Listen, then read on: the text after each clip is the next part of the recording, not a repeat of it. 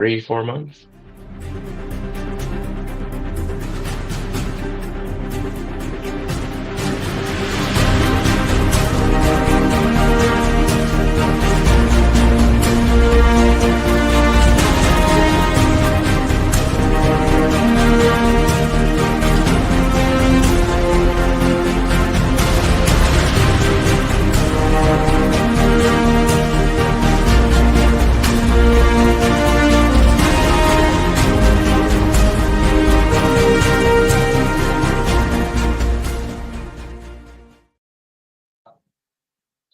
What's up? Welcome to the Vegas Benchwarmer channel. This is the Benchwarmer Podcast. My name is Eric. He hate me 702. And buddy, haven't seen him in a while, but we got the man from down below. Guess who's Bazak? Your man Mo. So what just happened? Undo changes. What is going on, buddy? How have you been? I've been all right, just navigating life. On to the next chapter, Man, which we'll see wherever that takes me. But just try to stay out the gym over the last day or so with all the craziness going on in the world. yeah, Everybody stay safe out there. yes. Yeah, you know what? Sometimes life has a way of just smacking us for no fucking reason. I can't stand it sometimes. We are live. All right, so we have a lot to talk about. Most of it's going to be NBA. Mo likes NBA. I like NBA. Sam is off at somebody's place. Jeremy is in the depths of Utah. Don't know why he went to Utah, but he is in the depths of Utah. I'm not sure where he's at. If you want to know, follow him on his Facebook. He is definitely posting pictures. And Mo is back. Back again. All right. So the first thing, let's just get this topic out the way. Let's just get into it right now. NBA lottery. Is it rigged? Mo, what are your thoughts? I mean, instances such as this, where it seems a little sus, especially after the Luka trade. So with the 1.8%, it seems like there's some backdoor antics taking place. So I'd say it's more likely than not likely. Yeah, no. I'm gonna be honest. I love the conspiracies. I love to get into conspiracies. I love to get into the other stuff, and I can get to a lot of conspiracies. And my biggest thing I always say is, what would be the purpose? Why? Why would they be doing this? Well, the NBA has tons of reasons. If you're gonna rig something, the lottery is the easiest thing to rig. If we're going to talk about how sports are rigged, that is probably the easiest one to rig. First of all, it happens behind closed doors. So what we see on the TV is not the lottery. It's ceremonial. It's right. Exactly. That's just a celebration. So it's just like the weigh-ins. It's like the weigh-ins. Yeah, exactly. Boxing. So it happens behind closed doors. We know how. Yeah, exactly. We know how it works. So first of all, we don't even get to see it live. So if you go rig it, you can rig it behind there. We understand that. We completely know that. The lottery started off rigged. We know this. The frozen envelope, the corner bench. I don't care whatever it was with the New York Knicks getting Patrick Ewing. Yes, it is 100% smart for the NBA to try to control where certain people land for franchise stars. Off rip, I can give you a couple. We're going to say Dallas, 100%. We know that one. Spurs with Victor. Granted, they could have had one of the best positions to have it because they could have tanked for it, but still them landing it, as what we saw in the NBA lottery this year, the top seeds fell out. So still them getting it. You had the Lakers. LeBron to Cleveland? Well, yeah. Well, we're still getting the Lakers when they got the 4 pick to trade for Anthony Davis. And somehow the Knicks did not get the number 1 pick that year when they had the best seed and Zion Williamson was on the board. So was that the same year Lonzo came out too? Oh, no, that was the Zion and Ja. So you basically give the Pelicans the 1 pick and the 4 pick because they're going to trade that for Anthony Davis so the Lakers can get Anthony Davis. So then you have LeBron leaving Cleveland, the 3 number 1 picks in 4 years. and they end up somehow getting Kyrie, which happened to be, I think at the time, that was the Clippers pick. So you have that one. We have the Patrick Ewing pick. I mean, through the years, not everybody was 100% rigged, but I'm still going to say that the San Antonio Spurs pick when they got Tim Duncan, because I think Boston had the best odds to get it that year, and I think San so. Antonio, and they didn't want him going to Boston. So you have multiple times the Derrick Rose pick in Chicago when they had the hometown superstar going to A little Chicago. hometown cooking. Yeah, the Jay Williams pick, number 2, when Chicago after Jordan. Remember, Jay Williams is supposed to be the next coming of whoever he was supposed to be. And now he's a commentator on ESPN until he got in that damn motorcycle crash. Before the motorcycle, yeah. Yeah, Motorcycle so I mean, accident. that is the easiest one to rig if you want to rig it. And it makes the most sense because you can get the LeBron James to Cleveland. You can get the most out of it. You can say, hey, look at Dallas when they got Dallas is known for having white stars. Most of them are European because we had Dirk for what, 18, 15 years or whatever. We had Luka for a good 5 or 6 or 7, whatever he played there. And now they're getting Cooper Flag. Dallas is a good place. It's a good place for them white basketball players and white stars, just like San Antonio is a good place for the foreign stars, for the 7'5" Wimbiana. So I mean, we know the Sixers. Dikembe Mutombo tweeted out congratulations to the Sixers for getting the number 1 overall pick or something like that when they won their pick. So I definitely think there are multiple times that the NBA lottery is rigged. Boston and the Nets. Boston is a great franchise for the NBA. They trade to get the Nets pick. Somehow all of the Nets pick end up in the top fucking 3 in 4 years. So it's just weird. Granted, the Nets sucked at the same time. So yeah, I think the NBA lottery is rigged. I think this was definitely a, hey, you traded Luka, we'll give you this. But now I have a question for you, Mo. Is the trades rigged? The trades? Because if the NBA is rewarding Dallas for making a bonehead decision, now we got to ask, is the NBA meddling in the trades? Hey, Well, you trade Luka, Chris I'll Paul. give you the number 1 pick. I mean, going back to the Chris Paul going to the Lakers, Well, that's vetoed. different. That's different. The NBA owned the Hornets at the time. That is But, different. but still, though, I think there's a little bit of some inconsistencies. Oh, no, I agree. But when everybody brings that trade up, I'm like, it's no different than when the fucking MLB owned the Expos. The league owned that team. Yes, it was a stupid trade, but the league didn't want to look like they were helping out the Lakers. So I kind of get that. But do you think they promised them the number 1 pick for Luka trading to the Lakers? I don't.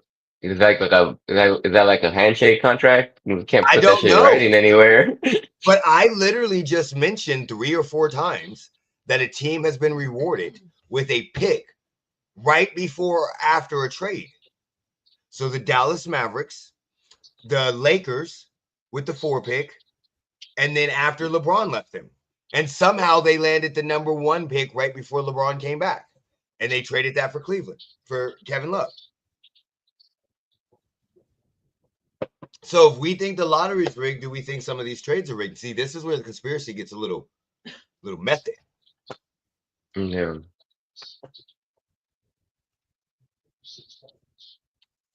I don't know. Maybe for a small percentage of them, I'd say.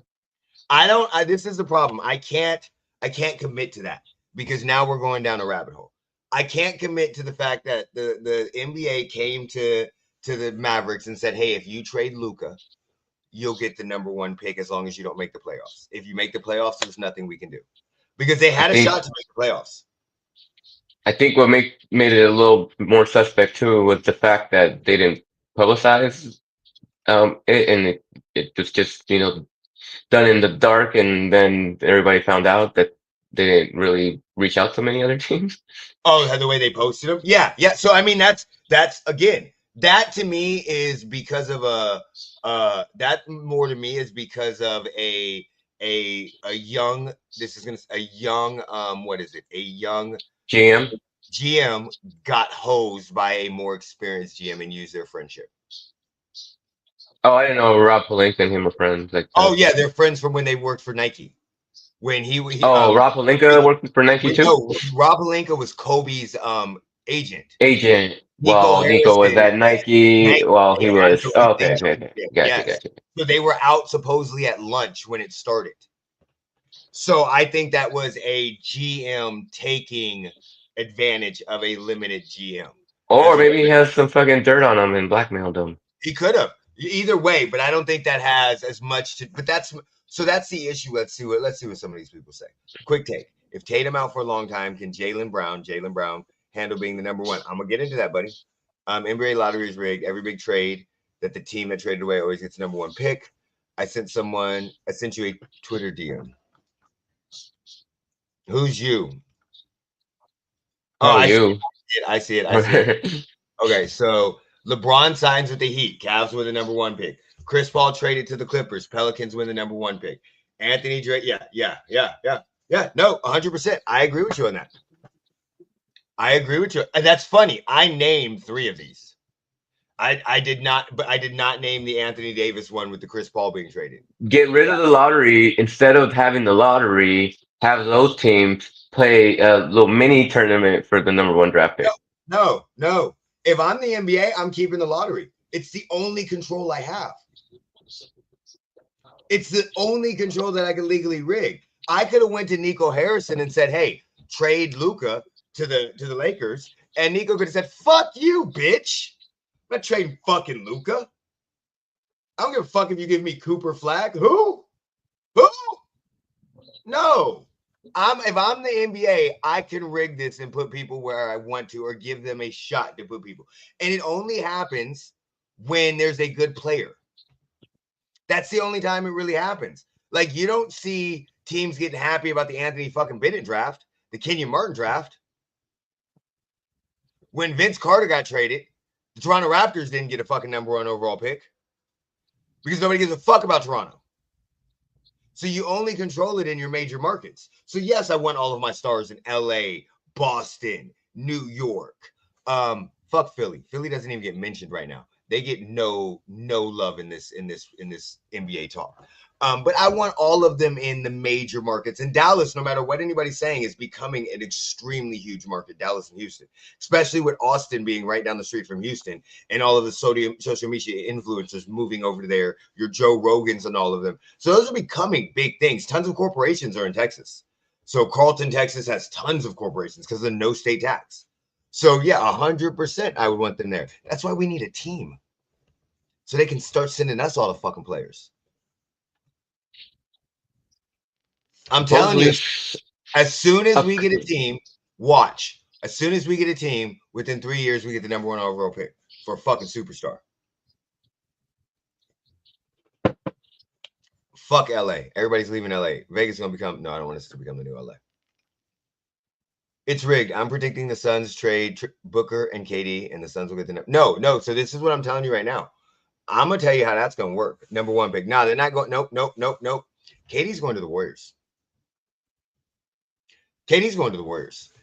Mark my words. Mark my words.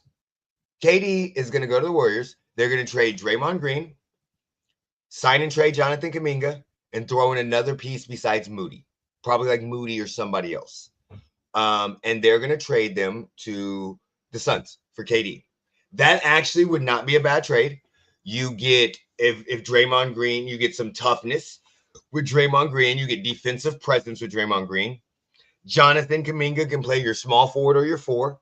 Switch off with Draymond Green. We don't want Draymond Green at the center. You're still going to find a center. But Jonathan Kuminga can play your small forward. Booker and Bill can switch off at your point and shooting guard. So you could go out with a lineup with Booker, Beal, Kuminga, Draymond Green, and whoever you want at center. I think that's what they do. Green ain't going nowhere. Green ain't retiring. Green likes to talk too much fucking shit. All right. Let's talk about Jason Tatum. Okay. I need to talk about him. Mo, what do you think of Jason Tatum? Um, he's a little, I guess, corny at times. He's a good player, but I think somebody called him the Kobe cosplay. Oh, he is. He is. He is. But without the walking off the court, like he didn't give a fuck with his Achilles. Or the He killer fucking instinct. right, like let me get up, hit these free throws, and walk my fucking self out. He was over here fucking doing the opposite. But Yeah. it's gonna be tough to come back from. But he's still young, so I'd say probably in a 2 years maybe he'll First of all, get back to where he was.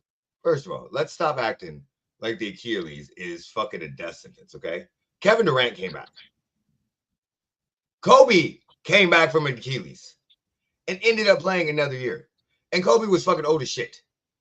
It's no longer a death sentence like it used to be. So when people are like, oh, he'll never be the same, shut up. He's going to come back and be probably 90% of what he was. And he still hasn't technically fully reached his peak. So depending, he'll probably change his game for the better. He's not a dominant dunker. And from my understanding, he jumps off his opposite foot than his Achilles actually tore on. So I just don't, I'm not, everybody's like, oh, pray for Jason Tatum, prayer shut up. Shut the fuck up into his Achilles. Okay, it's like fucking tearing your hamstring now. You'll be out for 18 months. Fucking Kyrie, what did Kyrie just tear? ACL. Kyrie just tore his ACL, and this motherfucker gonna be back working. And he 8-9 years older than you. So no, I'm tired of. Second of all, listen. Jason Tatum is a big baby bitch. Jason Tatum might be the bitchiest superstar and most crybabyest superstar. He is so fake. I hate his corniness. I hate the way he tries to portray something that he's not. I hate that he tries to play as Kobe Bryant. I hate that when you literally saw him win the championship, everything he said was fucking rehearsed. It was like he was put in a perfect position for everything. What are they going to say about me now? Bah, bah, bah, bah, bah. Well, I guess we'll never know. Look at me and Deuce. What did Deuce say to me? He is such a bitch. He tries to relate so fucking hard that I'm just a normal person and where the fuck? And I hated him on that stupid show, NBA 6. That's where I really started hating his ass. Not to mention he's a mama's boy. All this other shit. But then you get injured. We knew it was an ACL tear, an Achilles tear, because it's a non-contact injury. Not only do you not get up and walk off or try to show your fucking team as the leader, hey, I'm getting up. Fucking Clay tore his shit and came back and patted the ground on defense. Because he had to walk. Remember when he tore his fucking thing in I forgot. and remember he walked to the back and they made him come out to do free throws? And he came running back and got in that stance and hit the ground. And his dad made him come out the game. They're like, get your ass the fuck out the game. Now, this motherfucker gonna sit there and cry on the floor, not get up, do a Paul Pierce shit, because Paul Pierce is a bitch, even though he's the truth. He got stabbed. I can't compare. You can't really say that. Say he's a bitch because he got stabbed and he still played and all that shit. But he ain't got the Jason Tatum. Jason Tatum ain't got that cachet. And then, not to mention that, okay, out of all of that shit, guess what else he decided to do? Who the fuck leaked these text messages? Who the fuck leaked these and thought they would be a good idea? Dad, why me? Why does that happen to me? And then his dad's gonna give him some stupid ass comeback like, Isn't Kobe your idol? Isn't Kobe your idol? If he could do it, you could do it. Why are you leaking these? This should have been a private conversation. I didn't know that was from leaked text message. That's his text. No, that is not. They didn't have a. How did they get that information? Or you're thinking that this was like fucking purposely orchestrated? Yes, to make. Of course, it's fucking orchestrated. You mean to tell me this 28, 27-year-old, whatever the fuck he is, that is a grown-ass man that is built like a fucking, almost like a, well, I can't say a Greek god, but this motherfucker is built, right? He's got muscles. He seems tough. He tries to play tough. And you get injured and go, why does this have to happen to me? Have you not played in the NBA? Do you not see what the fuck happens? Why are you acting like, Oh my God. And then my dad's got to come in with some tough speech like I'm an 8-year-old kid. Shut up. Get your ass up. Wipe your tears. Go back to work. I'm so tired of him. I can't stand this fucker. I hate him so bad. I hate the way his son talks. His son talks like a fucking baby. I can't stand his ass. That NBA starting six. I don't like his mom. I rarely dislike mothers. You raised a bitch. He's from fucking St. Louis. How are you? See, this is the problem with light skinned motherfuckers. See, and I'm light skinned. This is the problem. This is why people don't like y'all light skinned motherfuckers.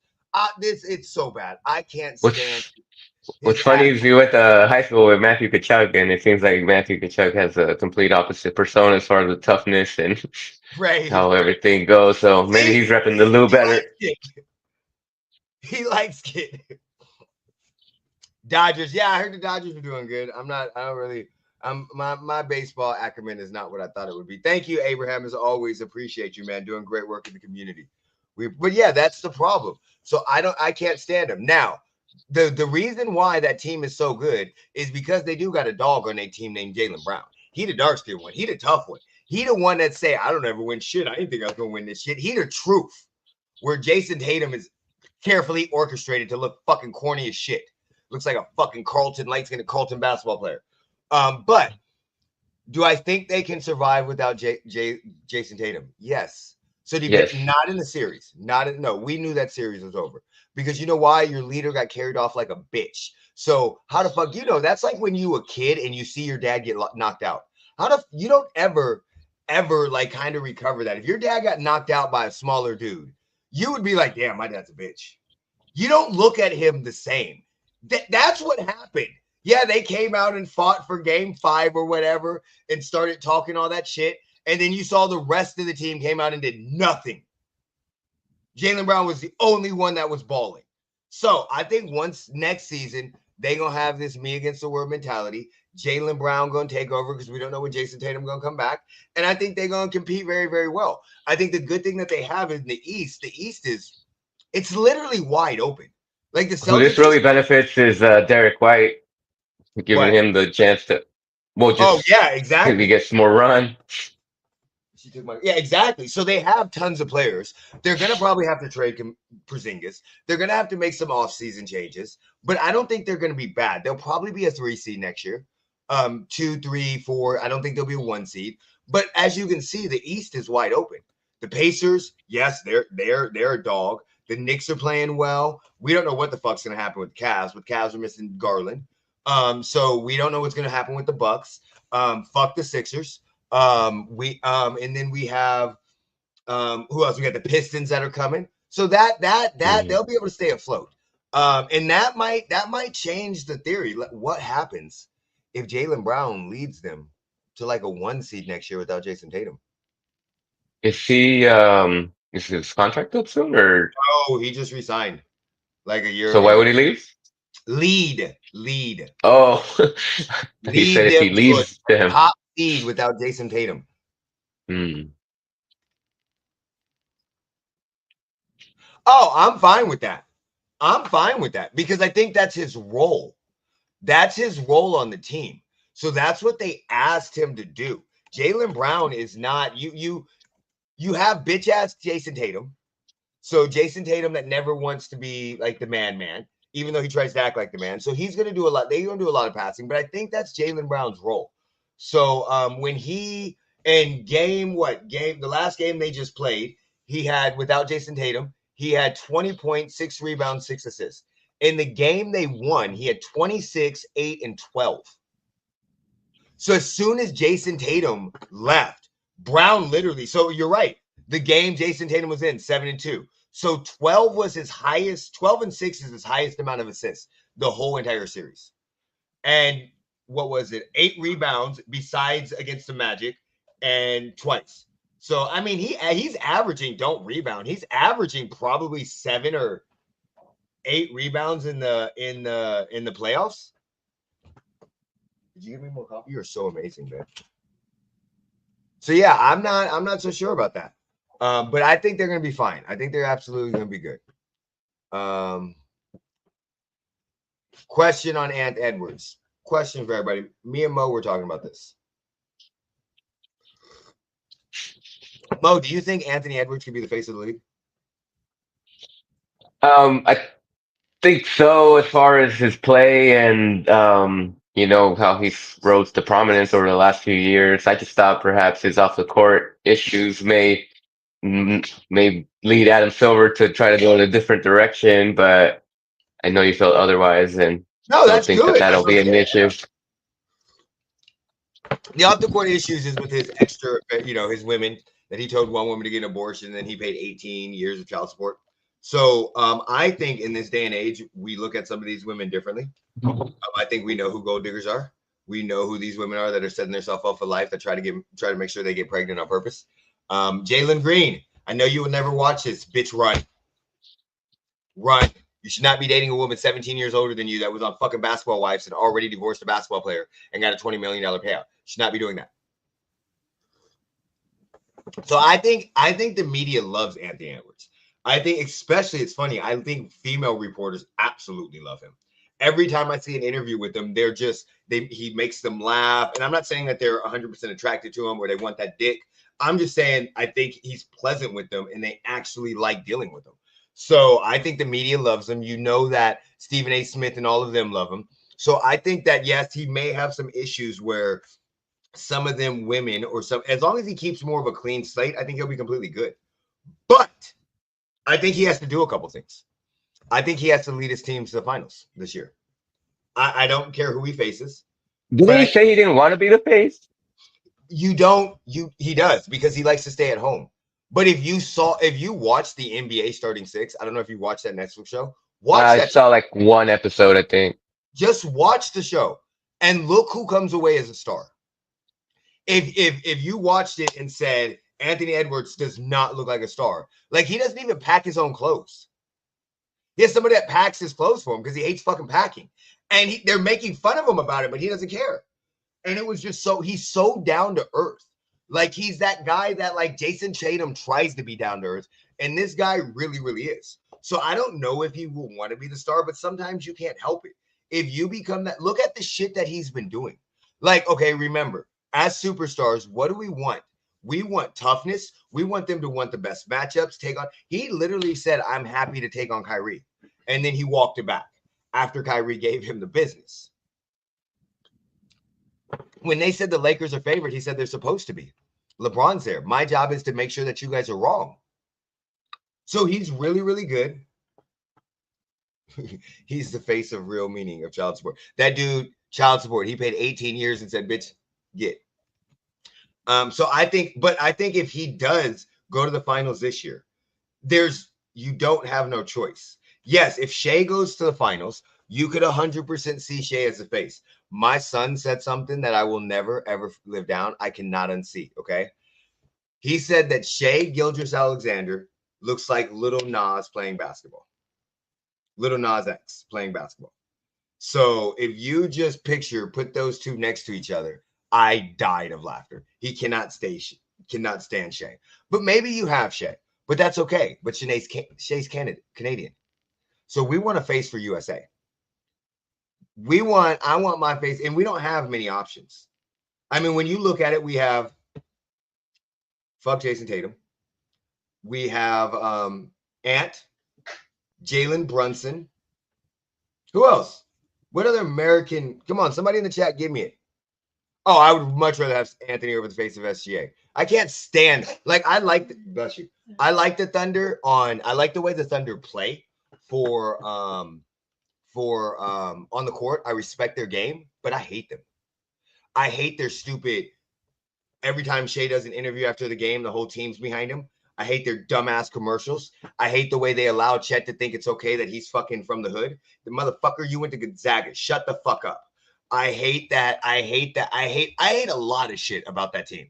They are so fucking ridiculously younger generation that I want to punch. I'm not a fan of Shea. I'm not a fan of Shea at all. Even when I saw him I respect his game. I think his game is amazing. But if I got to choose between Anthony and Shea, I'm taking Ant. I want the homegrown American. I think just because he's more vocal, he would probably get the edge there. Unless in a few years they decide to go the Cooper Flag route. Well, this is the yeah, of course. You could now Cooper Flag immediately. Trust me. If that boy is anything of what they say he's going to be, then he's going to be the face in a couple years. NBA is going to push the shit out of him. Okay, they're going to push the shit out of him. But if Ant Edwards makes it to the finals this year, let's look at who he beat. Okay, LeBron and Luka in 5. Steph and Jimmy and Dre, even though Steph was hurt, in 5. And then he'll either beat Jokic or Shea. Both of them are the top 2 MVP getters. So one of them will be an MVP. If it's Jokic and Shea gets the MVP, Jokic is a 2 or 3-time MVP and a former champion that he just put out last year. So if he beats Shea, he'll beat the current MVP and the team that had the best record in the league that everybody compared to it and said, even if you just took away their double-digit losses or their single-digit losses, they would still have the best record in the league. Like it was, or wins or something. It was fucking stupid. That resume is amazing. Like if you beat LeBron, Luka, Steph, Dre, and Joker, how many rings is that? Do you see my point? 8, some. How many MVPs is that? Like that's then they had Jimmy. So yeah, Steph was injured, and you have a caveat against that. But that is a run that is I can't really think of. Like I can't think of a run where you had a team that was up and coming and beat all. Like this is almost like the generational change.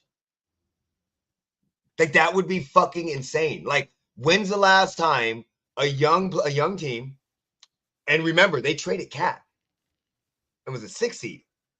When's the last time a young team beat people like that to get to the finals? Yeah, I can't think of one. Anthony beat the Warriors, not Curry. Yes, they were injured. Curry was injured. We know this. But even when you look at that, that's how it's going to be looked at.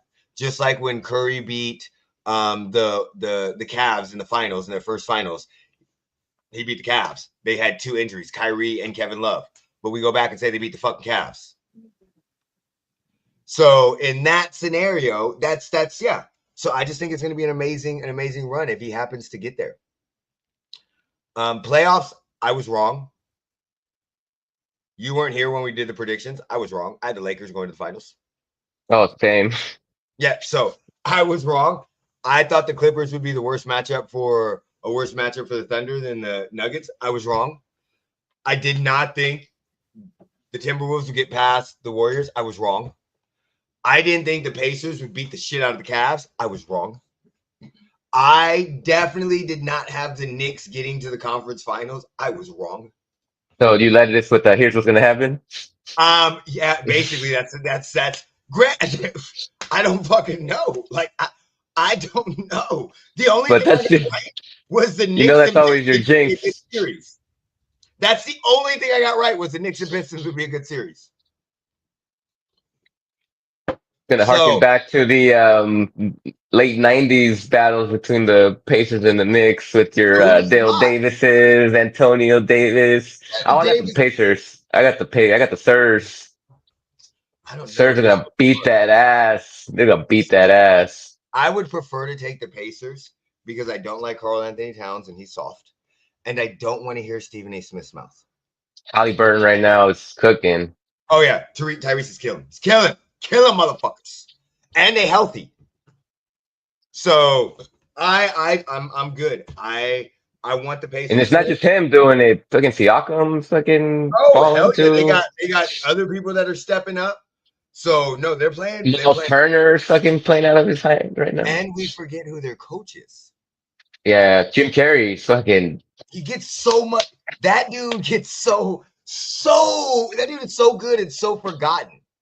He's so chill. Like he just never fucking. He lets his team do the fucking talking. Like he don't fucking. Exactly. You don't really get any fucking clips from him. No, but you forget how long he's been coaching. and how good of a Yeah, coach he is. he was a So yeah, great Rick coach. Yeah, Carlisle is amazing. definitely underrated for sure. Definitely underrated. He said, "Let No, me they tell you went up something." 2-1. They were up. It was 2-2. They were tied 2-2, and then the Nuggets went up, and then the Thunder Three went up two. 3-2. Yep.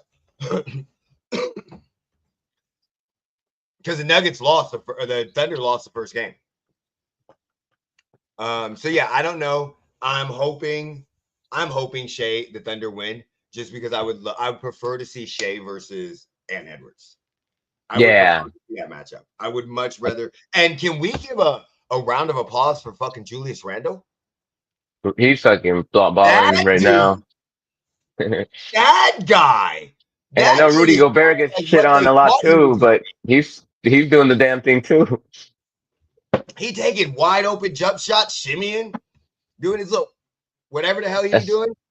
yeah, that's what the Knicks thought they were getting. Yeah, I don't know. I don't know. Like that is weird that you make that trade in the offseason and both teams end up in the conference finals. Oh shit, I didn't think With a about that. chance yeah, because remember that was the trade. Yeah, yeah, Now, yeah, yeah. granted, the Knicks should not lose to the Pacers because they are fucking stacked. We need to start calling them a dream role player team. Because I mean they have a lot of money on their books. But when you think about it, they have Brunson, Mikal Bridges, Ananobi, Carl Anthony Towns, and Mitchell Robinson. They literally have an upper echelon of role players. It's And like a dream role player team. Hart's not too shabby. Yeah, and Hart's not too shabby, even though he's busting his eye open and still playing. And we See, got fucking that's what fucking Jason Tatum should have taken a page out exactly. of. We got Jason Tatum crying on the fucking floor. Yeah, he was Like, leaking hard. like when Jeremy Lin tore his shit and he cried, that to me didn't bother me because he knew his career was over. Like at that point in time, he knew his career was over. And he never played in the NBA again.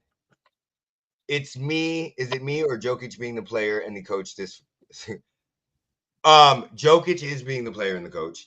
Denver probably does need a better head coach, but remember, they fired Mike Malone before 5 games in the playoffs. So this is their assistant coach first time coaching. He had more wins in the playoffs than in the regular season. Yeah, so we got to kind of give him a pass on that one. And Joker should do that. That's what your superstars do come up and do. All right, schedule release. I don't know if y'all saw this. I would love to play it, but I know we're going to get copyrighted. So I'm going to put something in the chat real quick for you, Mo, just so you can Mm, just watch it. And okay. then um and then we could talk about it because I'll talk about some of these some of the stuff on there while you're watching it. How do I share?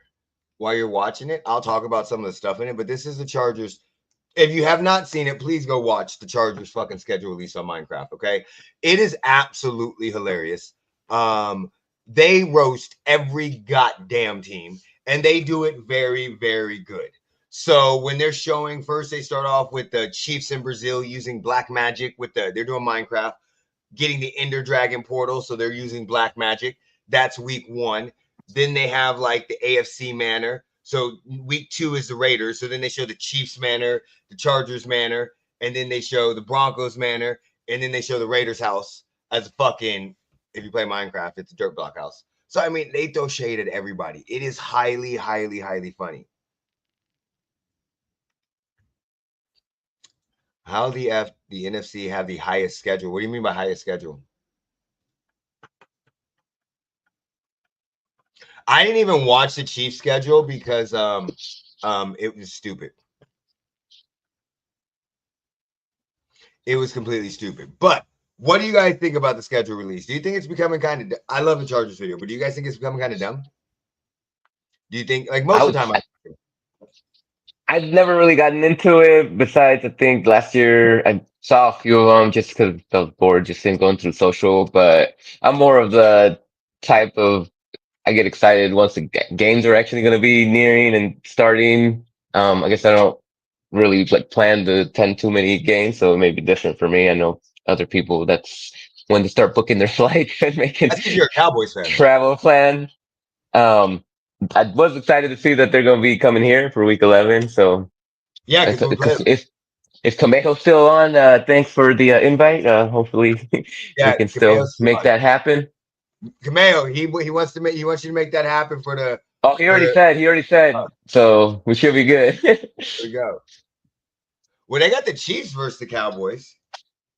On See, I'm Thanksgiving, trying I to don't see. know. Yeah, that's That's in gonna be Dallas. tough. It's in Dallas.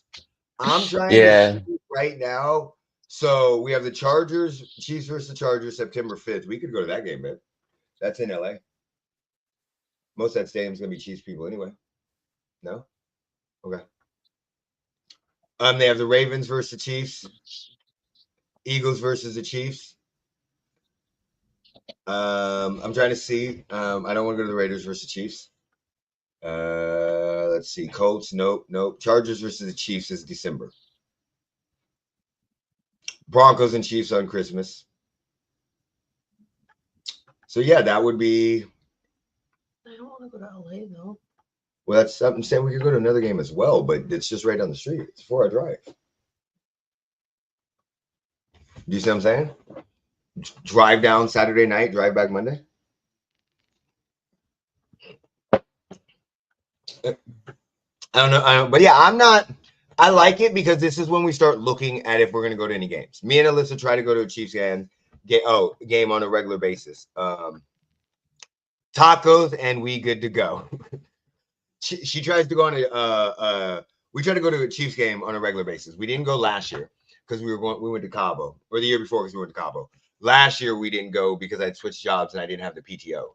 And so we try to go to one in KC. This year, just the way that the games are, normally we go to the one in the first week of September. So we'd have to go see the Chiefs and the Eagles. But that's probably a Thursday night game. So yeah, that's what we start looking at to see if we want to go to games. Other than that, I don't really care.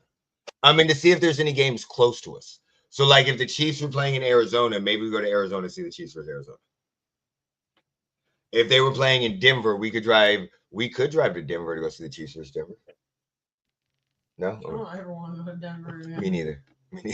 So yeah, so I don't know. That's what we normally look at. But yeah, check out the schedule release, see how it was, see what you guys like about it. And then I thought it was funny, but I don't really give a fuck most of the time. I don't get as hyped about that unless we're looking at it's just for the games. So now I can start planning if I want to go to the game, start using my points to buy plane tickets. All right, Jeremy did not jump on, so we're I don't think we're gonna talk about the WWE. Mo, are you still watching WWE or you don't watch it much anymore?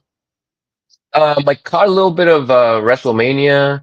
I Okay. wanted to catch some of the Raws on Netflix just to kind of see how the product is looking on there. I think I've seen Pat McAfee talk about his match with Gunther on his Yeah. show the For other Backlash. day. Yeah.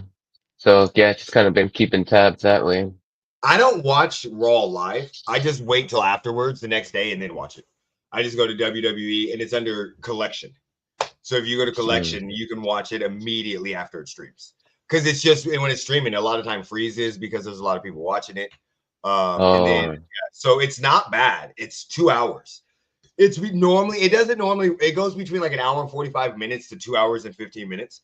Not bad. SmackDown, I don't watch. It's 3 hours. Fuck that. I'm and not it's spending not 3 hours. no commercials, right? Yeah, no commercials at all. So it's all, but you have commercials. You have basically where Netflix show jumps in and gives you like something else that's happening on Raw. But it's really seamless. I've enjoyed it a lot. Like I liked all the Raw that was happening this week. Fuck SmackDown. I'm not watching 3 hours of a fucking show. They should have kept that at 2 hours. That just becomes too fucking boring. So yeah, I'm excited about some things about WWE, but it's not that big of a deal. Anything else you want to talk about before we hop off? What do we have today? We Oh, got what well, about the possibility of them switching well, they are switching the date and possibly switching the venue for the Canelo Crawford fight. It was supposed to be so, that Friday the 12th. Now it's yeah. going to be Saturday the 13th, but there's a UNLV game at Allegiant, so they're looking at other options. Yeah, no, I understand that. I can't wait for that fight. I'm so excited for that fight. I am beyond excited for that fight. That is the only fight that I'm actually excited for. We've watched. Oh, the Purdy deal. Yeah, I forgot about that. You saw Oh Purdy. yeah. That's what it is. Yeah, Pac-Man is coming back. I'm not excited about that. I'm sorry. I'm not. Was he like fucking 60 years old? Pac-Man's like 44, Who 45. the fuck is he fighting anyway? I don't know, but he's done with this Senate stuff. I wanted to watch that Inoue guy, even though he seems to take a lot of shots. He's so damn good. But doesn't he get He's dropped a lot so though? good. Huh? Hasn't he been like dropped a few times? That's He always got the part dropped. that I Yeah, was he got like, dropped in the last fight. And then got up and stopped the dude in round 8. Like, dude, just watch his highlights. I think that's where I saw like, He's so good. He should not hit as hard as he hits. He looks like he should be on a K-pop singing instead of knocking motherfuckers out. yeah. Like, if he comes to America and fights one of our, Well, please. he was here at T-Mobile. That was at Yeah, but he T-Mobile. wasn't fighting like drawn. He wasn't fighting one of the top Oh, fighters. gotcha. You're saying a marquee You know what I'm name. saying? He's what, welterweight or No, I think he's lightweight. lightweight? Yeah. He's 32 years old. Featherweight champion. He's a 4 division undisputed. So this motherfucker can move up. So yeah, right now, light flyweight, he started. So he's starting the same thing that Manny Pacquiao did, where he moved up like crazy. Male, monster, 32, orthodox. What is he weighing in? Right now, it says he's super bantamweight. But yeah, he fought Romain Cadiz. Who's in the super bantamweight? I need to see who's in super bantamweight real quick.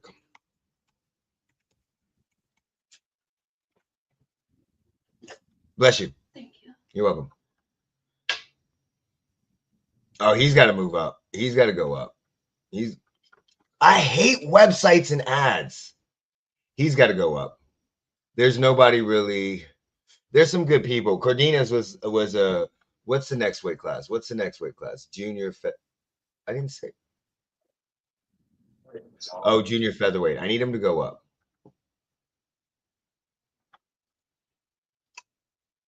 Boxing weight classes. There we go.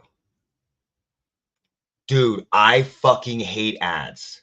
Why does everything have an ad? Okay, so super bantamweight, junior, so featherweight, he can go up to 126. Okay, so he's too far away from Gervonta Tank Davis and them.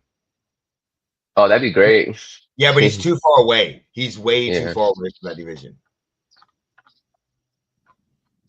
What about your Teofimo Lopez's and They're those welterweight. cats? They're welterweight. Uh-huh. They all fought at 147 with that stupid fight that happened with Devin Haney and fucking all the dumbass motherfuckers that sucked and wasted my time for watching the snore fest. Oh, I didn't watch that shit. Rolly Romero beat your ass, dude. Beat who was ass? Ryan Garcia. I thought he lost to Haney. No, Ryan played. So it was a fight to set up Devin Haney and Ryan Garcia. So Teofimo fought somebody else. Ryan fought Raleigh, and Devin Haney fought another dude. I can't remember his name. Somebody was telling me that Haney was putting it on him, and it's like, the fuck, you ain't on that shit now, or something. They making shit up. So no. Oh. So they were talking shit during the weigh-in because they had him at the press conference. They had a lot of for the promotion for this fight. They had a lot of interaction between Haney, Lopez, and Ryan Garcia. And even Lopez called fucking Haney a bitch for filing a lawsuit against Ryan Garcia. So Haney's dad was saying Ryan Garcia looks different, and because he's not on that shit. So after Ryan Garcia lost, that's when they were like, "You're not on that shit. You look different." And Ryan Garcia said, "It doesn't matter. Fuck out." Yeah. So Haney maybe I misheard or fucking wasn't paying attention. Horrible in his match. Raleigh hit Garcia in the second round and knocked him down, and then proceeded to beat the shit out of him. It wasn't like a horrible ass whooping, but it wasn't even a close fight. And Raleigh lost his title to a 125-pound guy at 140 pounds. Isaac Pitbull Cruz weighs 120. That's who he should fight.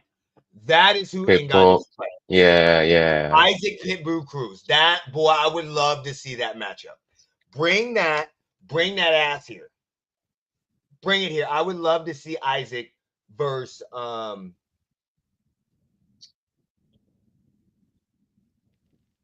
super lightweight. So he's like 130, 120, 125. I would love to see that jump up there. I would love to see Isaac Pitbull Cruz against whatever his name is, Inuwa. I would love to see that fight.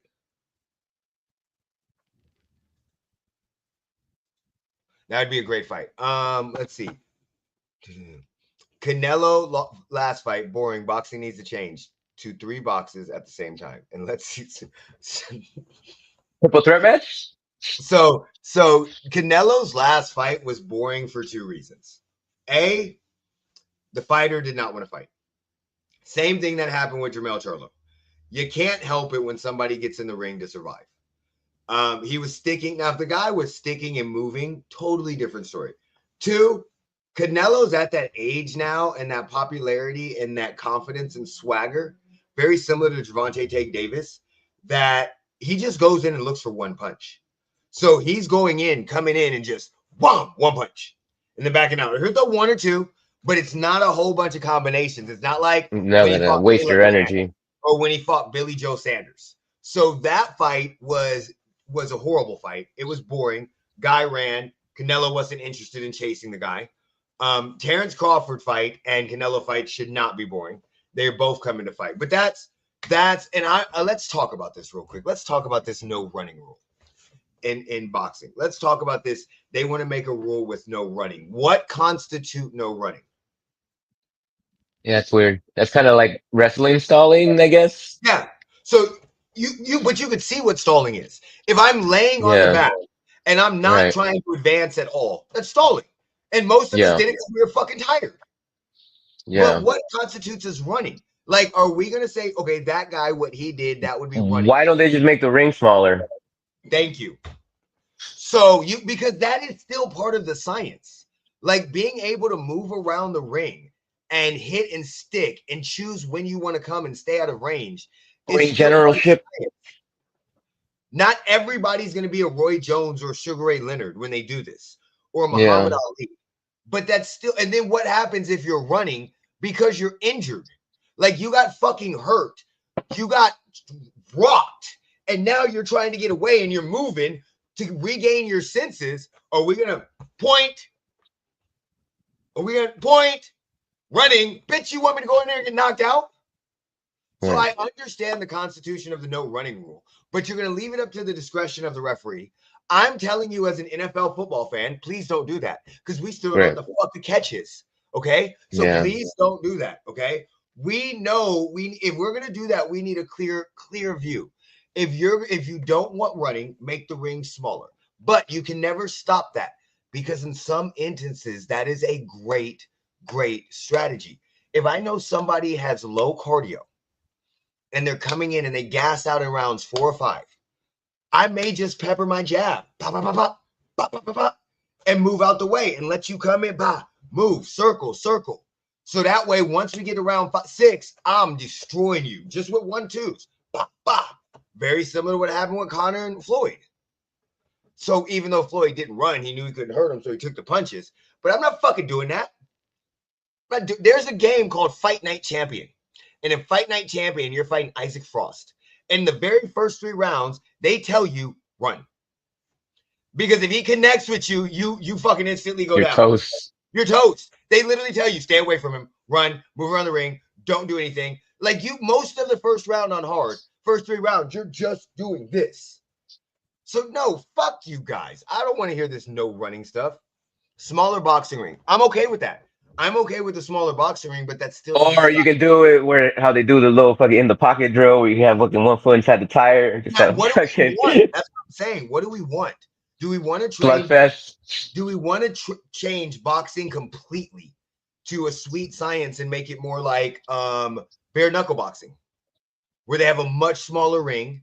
There is none of that running allowed. The object is to stand in there and to fight. Or do we want to allow to have different styles? Because that's what makes boxing so amazing. We can't take a couple fights and go, oh my God, we're running. Yeah, I'm not saying it's fun. But for years, people said Floyd was running. So what constitutes running? That's my only issue. Like boxing is called the sweet science. It's not called Get your ass in there and throw punches until Right? It's somebody not gets knocked out. slugfest. Not a fucking Donnybrook. It's not called that. We 100% know why Ryan Garcia has a problem when he leans back like this consistently and doesn't move his feet. And if you get a smaller ring, all it means is footwork. If I have superior footwork and I bust my ass working on my footwork so I can move and rotate, Lomachenko, doesn't matter how small of a ring you put him in, he is going to walk around you. Why am I getting punished when that is part of the fight? That just doesn't make sense, so we can have more violence in a sport that people die in the ring. Like, you don't find people dying in UFC, but in boxing, they die all the time. If you make the ring, it would. It 100% would. Listen, I'm going to tell y'all right now, no matter They're what. gonna they're gonna fucking get more into the ropes, fucking more clinching. Yes, no matter what you do, it is very hard in a combat sport to make the action progress. Even USC with their stalling and their points, they still have multiple times where you can't make it progress. If you make the ring smaller, you're gonna have more holding. You're gonna. I'm sorry. Did anybody see Creed 2? Did anybody see Creed 2? In Creed 2, they literally went and put them in a fucking tire. 1 foot in, and they were just. You see that all the time in boxing. So now what are we gonna say? Oh, there's too many people blocking. And again, Lomachenko's footwork is still going to kill you. Doesn't matter how small the ring is. Now you're just going to have more people that focus on footwork. So you'll have, as you're starting with kids, they'll be like, no, you need to focus on your footwork because the ring is smaller. You need to be able to move, get out, counter, back up. And you're still going to have people that they consider running. There's no way to make it perfect, but at the same time, it's a sweet science. There's different styles.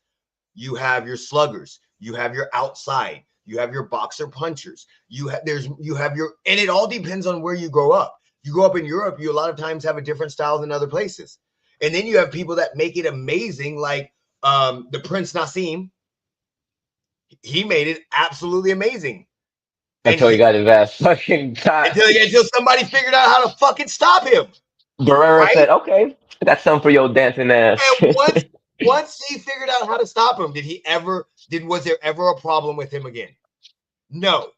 I understand Abraham's point about as far as like that's what I say. That's why people want slugfest because they're fucking paying for what they expect should happen, but don't realize that the athletes also got to take their career in mind and their goals. Yeah, And sometimes 100%. those shits don't align.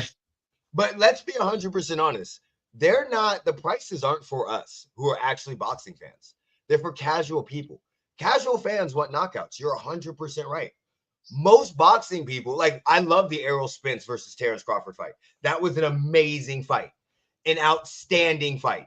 But they weren't slugging it out. They were using sweet science. It just happened to turn out in a knockout. I love Bernard Hopkins. Do I think they should go back to 15 rounds? Yes. 100%. I think in this day and age, with how much cardio and we have, I think we should go back to higher rounds. I 100% do, but I don't think there's a fix. It just depends on who they are. I think it's the consumer's job to figure out the match and go, yeah, I don't want to come see this. This ain't going to be a good fight. No, UFC is a great example. How many times have we seen Francis Ngannou versus what's his face? What was the other black dude that Derek, whatever his name, when they barely threw a fucking punch? Tyron Woodley versus somebody else in a title fight. This happens. It's combat sports. This happens in the UFC. It happens in all combat sports. It's part of being in combat sports. Sometimes you're going to have people that like brain damage. Sometimes you're going to have people that want to keep their brains intact. So I don't know.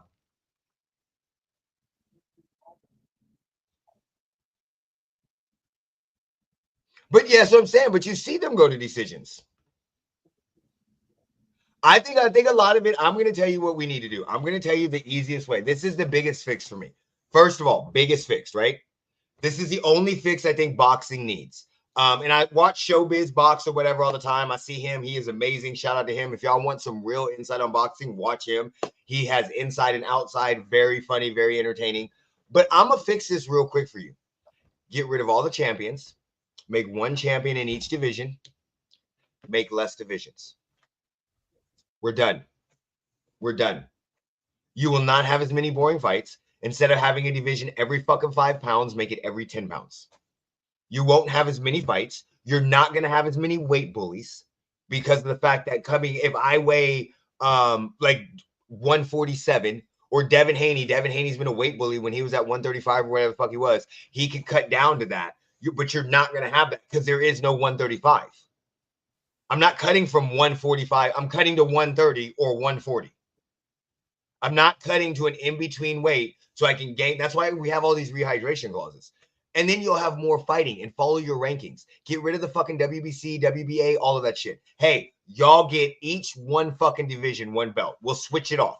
WBA, you get bantamweight, this weight class, this weight class, this weight class. WBO, you get these four. WBC, you get these four. IBF, get the fuck out of here. So, But won't there always be like some fucking commissions that'll try to spring up and do their own shit? Like, who's gonna be the organizing body for this? I'm thinking maybe the Riyadh and Dana White partnership with TKO. But there's still gonna be other little fucking offshoots that pop up though. Like, what's to prevent that from happening? That's okay. They can pop up just like with UFC and Bellator. You have multiple people that pop up. But if you want to control it the way we want to control it, we need one governing body. So give them their own fucking thing. I don't care, WBA. You get your own people. Whatever fighters want to come to you, they can come to you. But they can't fight for WBC. I don't give a fuck. But we have way too many weight classes. So you have way too many belts. So that, if you don't, and that is the one thing that makes UFC so amazing, is it's one belt. So granted, they control the fights, but you have to compete for that one. I can't dodge you. If I'm Tank Davis, I can't dodge Boots, or I'm sorry about not Boots because he's in 147. I can't dodge Stevenson.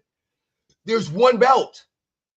So now you have these boring ass fights. Like, yeah, I love Rolly Romero. I love the fight against Ryan Garcia, but neither one of them should have fought. You have one belt. You fight with the rankings. Now you're going to get better fights. And how do you get better fights? By putting on a better fight. So if you're running and you still win, you might drop in the rankings because it's controlled, which is exactly what UFC does. Oh, you want to wrestle and fucking ground hump somebody all the time? We're not moving you up in the rankings. That's the only way I think we can control it for everybody to get what they want is one governing body.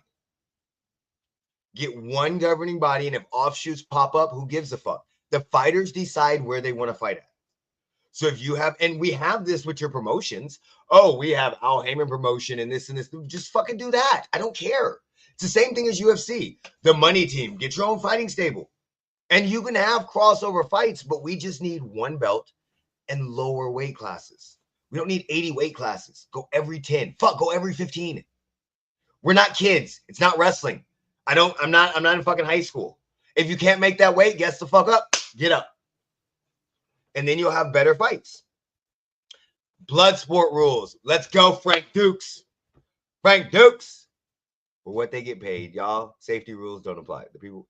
But okay, so that's the problem. Not all of them get paid that. So like Demetrius Johnson has told it. When he first started fighting in the UFC, he got $3,000 to fight, $3,000 to win. His first fight he lost. He got $3,000. His fucking medical bills were over $3,000. Not everybody makes the money that Gervonta Tank Davis and Ryan Garcia and all of them make. Not everybody makes that. So like when you had Ugandis fighting Manny Pacquiao, that dude wasn't making money. He was making shit money because it all depends on how great you are. That's another reason why we need that. Because now, and also we don't have this stupid shit where you have a 22-0 person that gets knocked out by a 17-5 because they've padded his record the whole fucking time. Promoters need it. You don't need no fucking Don Kings out here for that. Okay, let's stop. We're not gonna listen. Don King is a fucking despicable human being, okay? But I'm not disrespecting this man because he bring us some of the greatest fights ever. Without Don King, we don't get the Rumble in the Jungle. We don't get the Thriller in Manila. Just those two fights alone.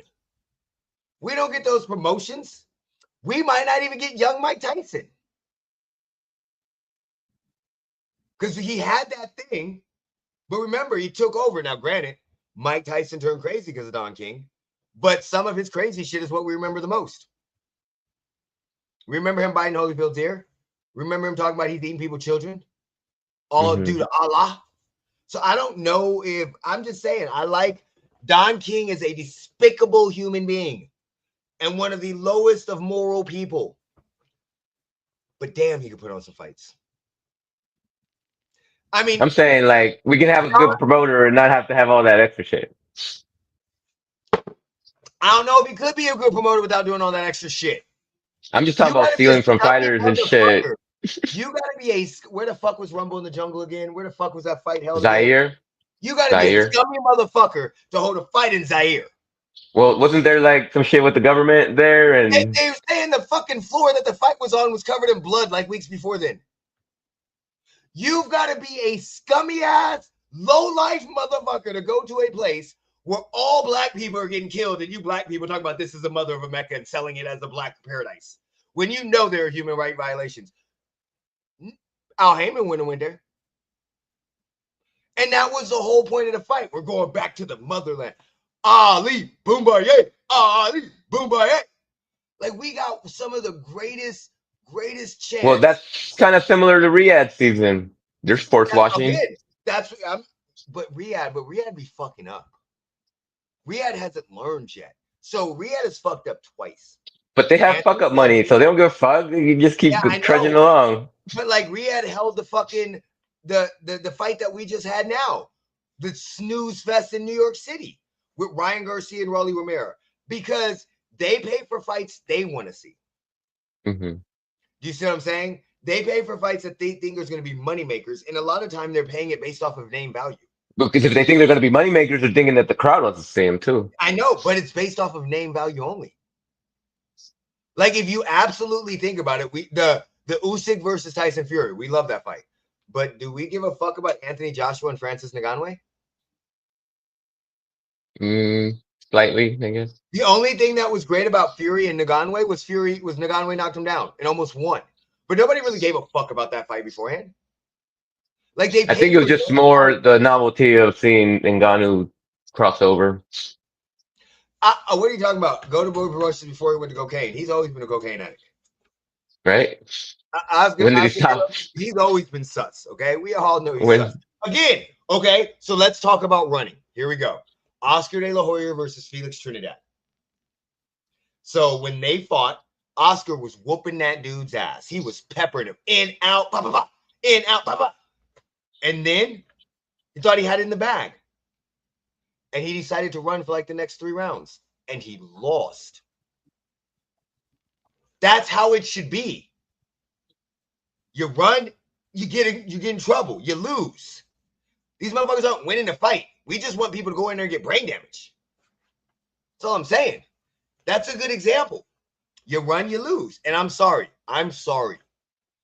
Mauricio, if they offered you, what weight division would you be in right now? I'd be lightweight. Okay. So if they offered you $1.5 million to fight Gervonta Tank Davis, would you do it? $1.5 million? Yep. Yes. Okay. And would your plan be to not get fucking hit? Oh, first fucking punch. I'm throwing the towel. Give me my fucking 1.5. You didn't say that shit. You did not say that shit. Right. That's what I'm trying to get. That's what I'm trying to get a lot of us to understand is they're offering a lot of money for these fights, right? And when they offer a lot of money for these fights, because the rankings suck so bad and there's so many different belts, that's how you get Canelo versus fucking Skull. Also, maybe they should just fucking do bonuses like UFC where you get fucking an extra. You have to have a governing body. Who's gonna pay that bonus? No, not even. Fucking have the fucking fans do a little tip out. Yeah, okay, you're paying $300 to attend this movie, this show. You're gonna get a live gate, plus you're gonna get pay-per-view bonus. And time out. Timeout. You deposit your knockout contributions into a fucking holding account. If there's no knockout, everybody gets their fucking loot back, and just kind of like a tip. Let me get this straight. We just spent $400 to get to this fucking fight. We're gonna No, then spend you're another good. If you're 150. if you're in the fight, you're good. I'm talking about if you're watching at home. If Oh, you're but I fucking, just spent $80 to half order these this people food. ain't fucking paying And you shit. gonna So ask me, if you did, Mauricio, I don't like the tip culture as is. I don't like tipping. I don't like going to Walgreens where they have a tip jar. I don't like going to multiple places. And my wife works in fucking cosmetology. She works in an industry for tips. And there's a lot of times she's like, I'm not fucking tipping these people. They didn't do shit. They handed me something. I don't like the tipping industry. Fuck that. No governing body put that shit or have it in their contract. Make the promoters pay that for it. too. The promoters could do that. Golden Boy could definitely come up and say, we're going to do a fight of the night where whoever gets the fight of the night gets an extra $150,000. They could definitely do that. Or you could do it based off of like points, like the UFC does. Yeah, just because you're on the card doesn't mean you're a star. You're not getting all those points on pay-per-view buy. Fight of the night, you get extra points. But you have to have a governing body to do that. Because if I'm Canelo and I want to fight for you and you tell me that I got to go in and knock somebody out to get more money, I'm going to go to a place that I ain't got to knock somebody out to get more money for, which is the IBF or the IBA.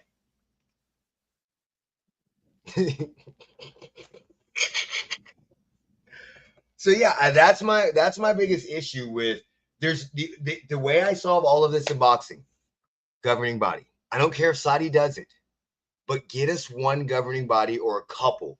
So that way they have the power to institute what they want. If I'm fighting Mauricio and I know Mauricio's a slugger, and just so y'all know, the ring size is negotiated. So if I'm fighting Mauricio and Mauricio's a slugger and we're going in negotiations and we're headlining this event, I'm telling them I want as big of a ring as possible. Hey, let me get a 14 by 14 ring. And Mauricio's like, I don't want 14. I want 10. I want 12. Okay, then fuck it. I want 16. We settled on 14. That's what happened with Hagler and Leonard. Leonard got the bigger ring. He caved to everything. But Gay got the bigger ring. That's why, again, Leonard versus Hagler. He ran for fucking 2 minutes and 30 seconds of every round. He was so tired at the end of 12. Leonard was the first title fight, I think, that had 12 rounds versus Hagler, that he couldn't have gone to 15. And we call that one of the greatest upsets of all time, or controversial thing, because Leonard came out of retirement to fight him. We don't have that if you don't have running. You don't have Leonard versus Hagler. You may not have fucking Muhammad Ali versus George Foreman. Even though he didn't run, he just laid on the ropes. There's too many good things that happen from running. Okay. I don't know what I was looking at. Anything else you want to talk about before we jump off? Go Aces. Go Aces. WNBA was live last week. It went live on Friday. Aces coming back. We're going to see what they got. Paige Beckers is on the fucking thing. I'm going to be honest. I don't think we should be hating on Caitlin Clark anymore.